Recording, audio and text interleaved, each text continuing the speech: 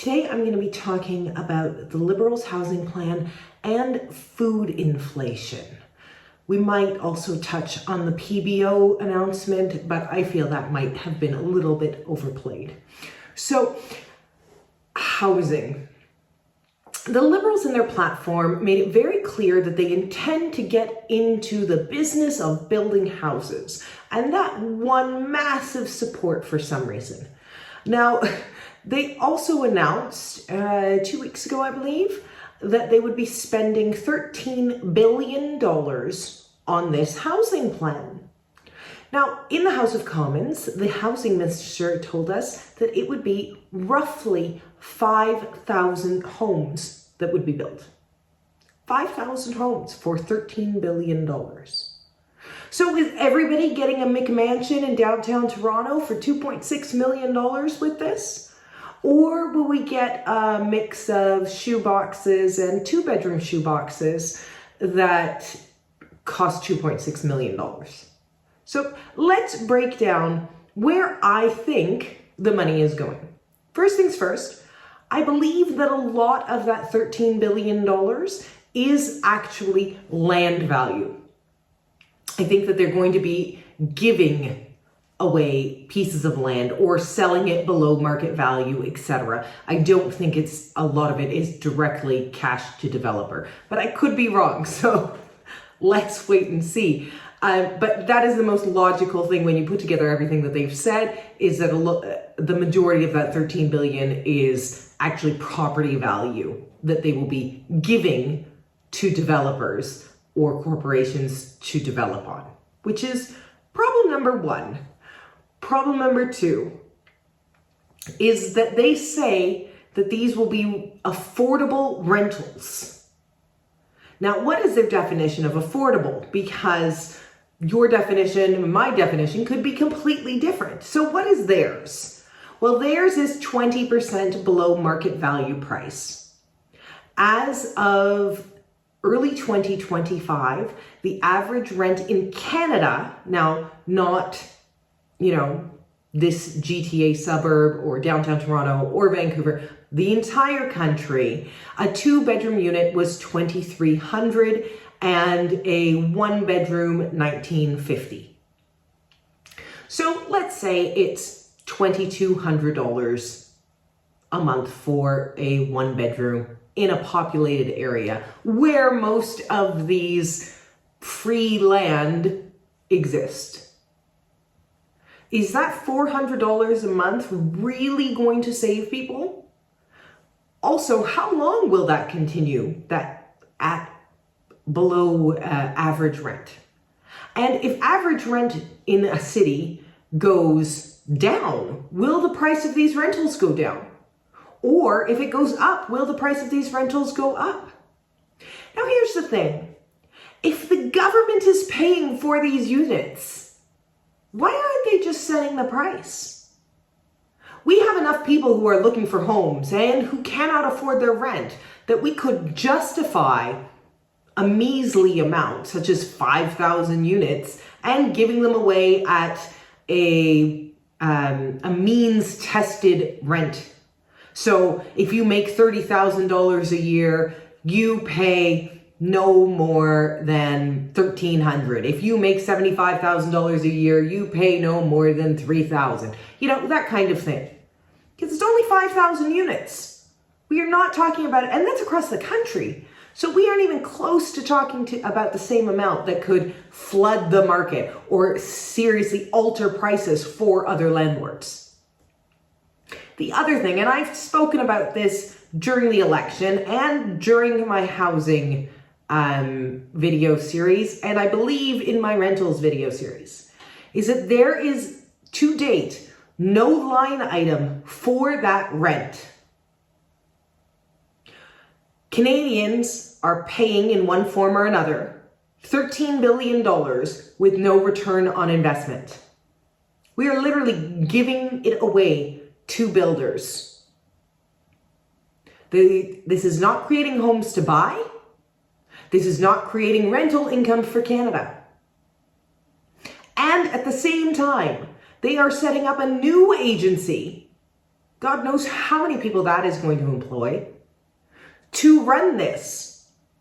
So at 5,000 homes, chances are they're going to hire between 500 and 1,000 people to manage this program. That does not lower our burden, our tax burden. It does not lower our deficit. It is not, as Mark Carney said yesterday, investing to make money. It is not. It is not.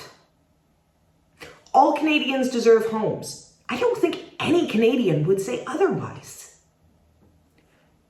Every Canadian spending money in perpetuity and money going to developers is not how the majority of Canadians or any fiscally responsible politician, I would say, would go about things.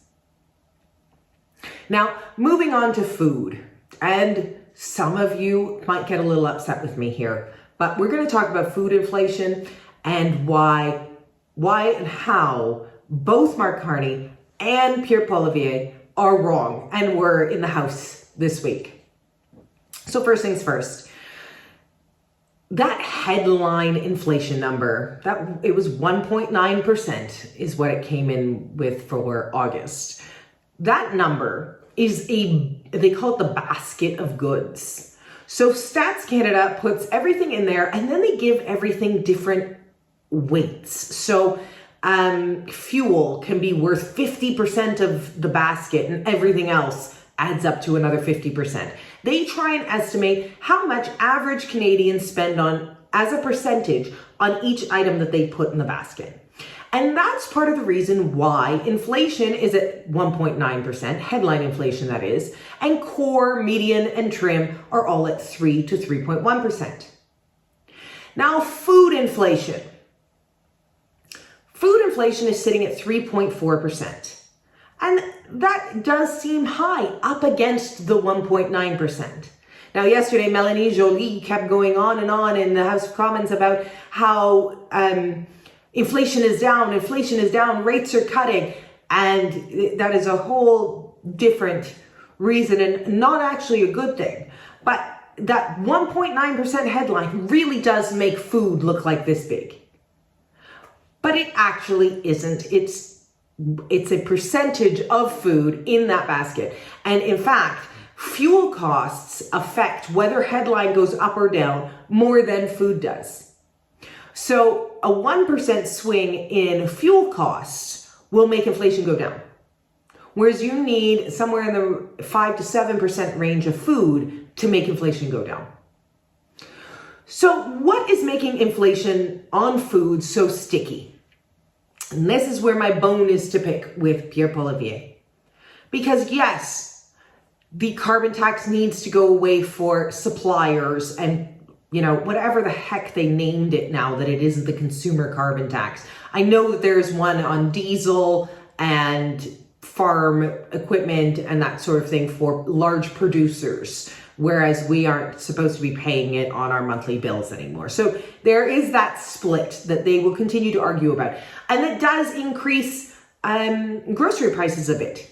Statistics Canada said getting rid of the consumer carbon tax lowered inflation by 0.8% after years of us hearing it was not inflationary. So Pierre is correct on that. But there is more at play here. So little things like not all of our food is made within Canada. It just isn't. So when we see mass deportations happening on farms in America, what do you think happens to the price of our lettuce that comes from there? Or our berries, or our citrus fruit, all of that, and our citrus juices, and this, that, and the other. Basically, our pork, chicken, meat, dairy, that you can be guaranteed is under the control of Canadian prices, Canadian taxes, and all that.